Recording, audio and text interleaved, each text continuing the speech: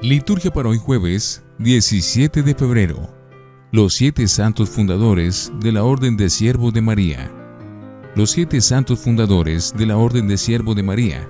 Hacia el año 1233, 7 comerciantes florentinos se retiraron al tranquilo monte Escenario para llevar una vida fraternal de pobreza y penitencia, contemplando la pasión del Señor bajo la protección de la Santísima Virgen María.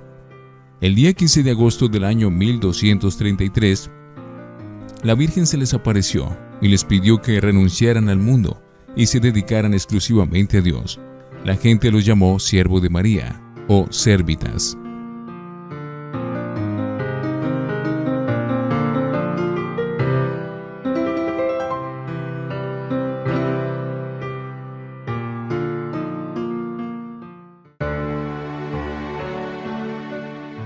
Antífona.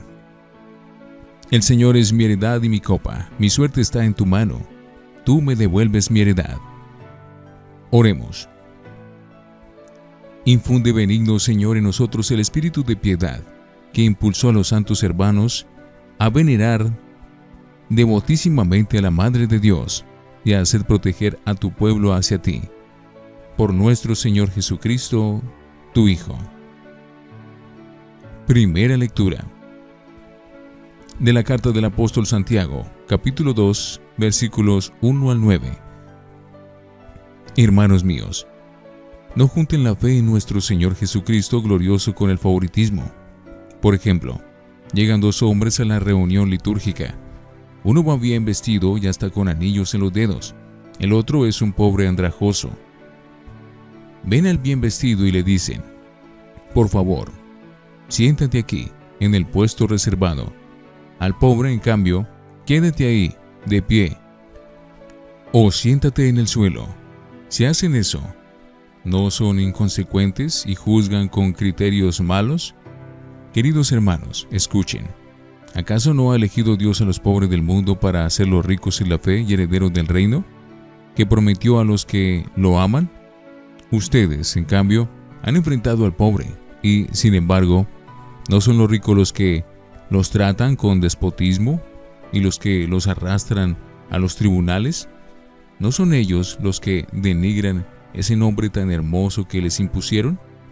¿Cumplen la ley soberana que anuncia la Escritura? ¿Amarás a tu prójimo como a ti mismo? Perfectamente, pero si muestran favoritismos, cometen un pecado y la ley prueba su delito. Palabra de Dios.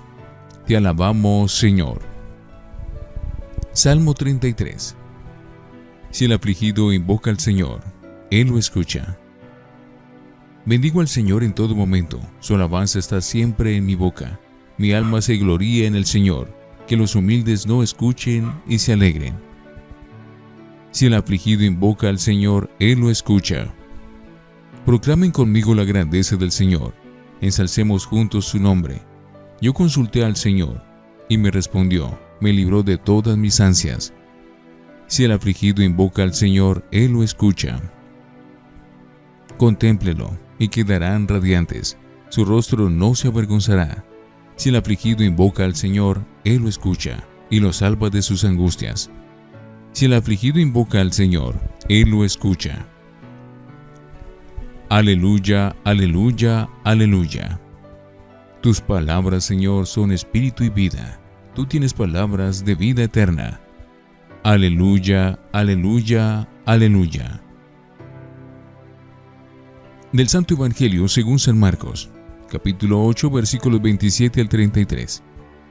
En aquel tiempo, Jesús y sus discípulos se dirigieron a las aldeas de Cesarea de Filipo.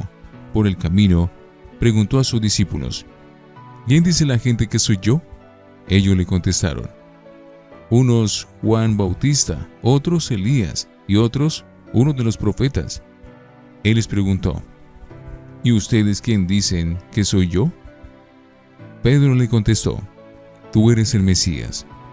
Él les prohibió terminantemente decírselo a nadie y empezó a instruirlos: el Hijo del Hombre tiene que padecer mucho, tiene que ser condenado por los ancianos, sumos sacerdotes y escribas, ser ejecutado, resucitar a los 3 días. Se lo explicaba con toda claridad. Entonces Pedro se lo llevó aparte y se puso a increparlo. Jesús se volvió y de cara a los discípulos increpó a Pedro: «Quítate de mi vista, Satanás, tú piensas como los hombres, no como Dios». Palabra del Señor. Gloria a ti, Señor Jesús. Oremos. Dios misericordioso, que superado el hombre viejo, te dignaste crear en los santos fundadores un hombre nuevo, a tu imagen. Concédenos propicio, que renovados de la misma forma, te ofrezcamos de manera agradable este sacrificio de reconciliación, por Jesucristo nuestro Señor. Antífona. Les aseguro que ustedes, los que lo dejaron todo y me siguieron, recibirán el 100 por 1 y poseerán la vida eterna. Oración después de la comunión. Por la fuerza de este sacramento te pedimos, Señor, que a ejemplo de los santos fundadores nos guíes siempre en tu amor, y que la obra buena que comenzaste en nosotros la completes hasta el día del retorno de Jesús, Él que vive y reina por los siglos de los siglos. Lección Divina.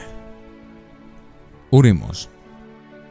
Señor Jesús, también hoy nos preguntas: ¿quién dicen que soy yo? ¿Quién soy yo para ustedes?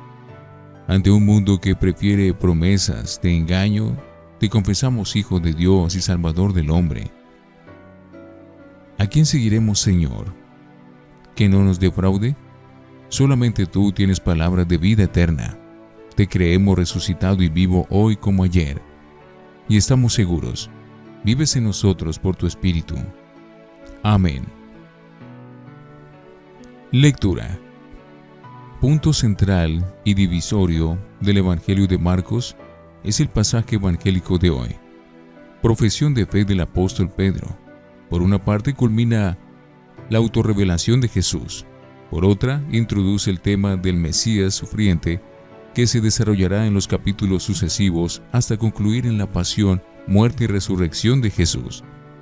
El pasaje tiene perfecta unidad en Marcos, más que en Mateo, que interpela aquí el primado de Pedro.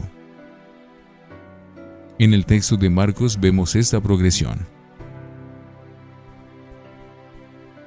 Breve encuesta de Jesús sobre su persona, preguntando a sus discípulos qué opina la gente sobre él.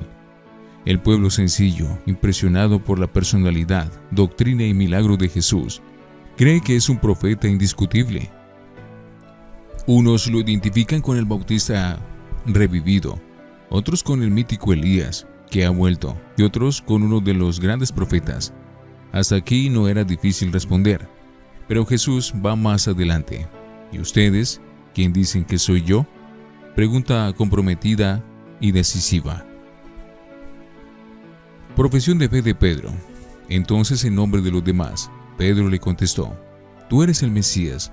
Solamente los discípulos eran capaces de llegar a esta conclusión, que culmina todo un proceso de autopregunta sobre el Maestro al que seguían y por quien lo había dejado todo.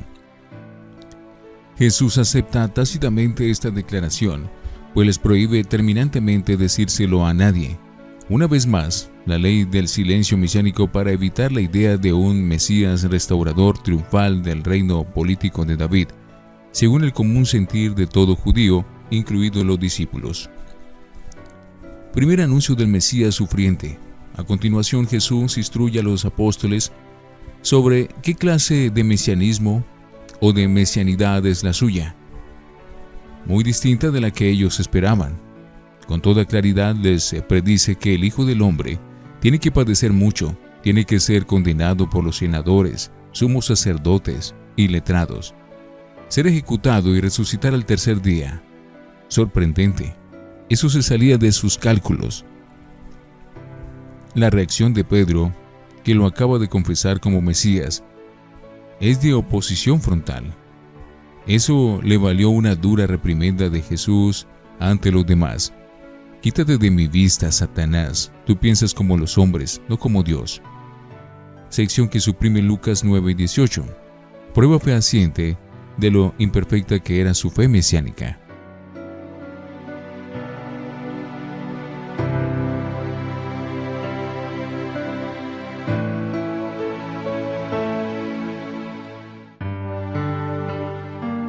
Para meditar. Una pregunta clave y personal de las dos preguntas que hace Jesús en el sondeo de opinión. La que más le interesa es la segunda.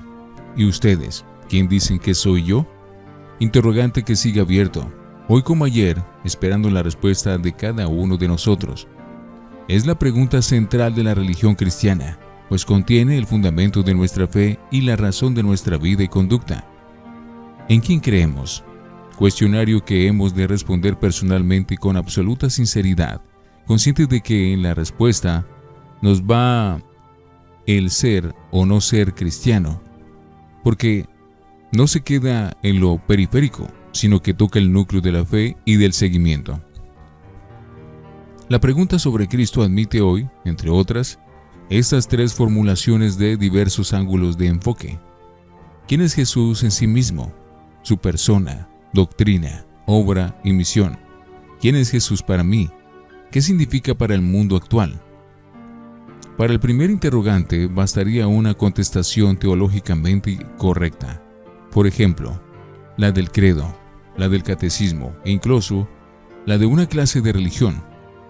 El segundo apartado pide respuesta más comprometida, que supone vivencia personal, respuesta en profundidad, que no se satisface con fórmulas ya hechas, sean bíblicas como la profesión de Pedro o de teologías dogmáticas, cuya síntesis más completa tenemos en el credo o profesión de fe que proclamamos en la misma.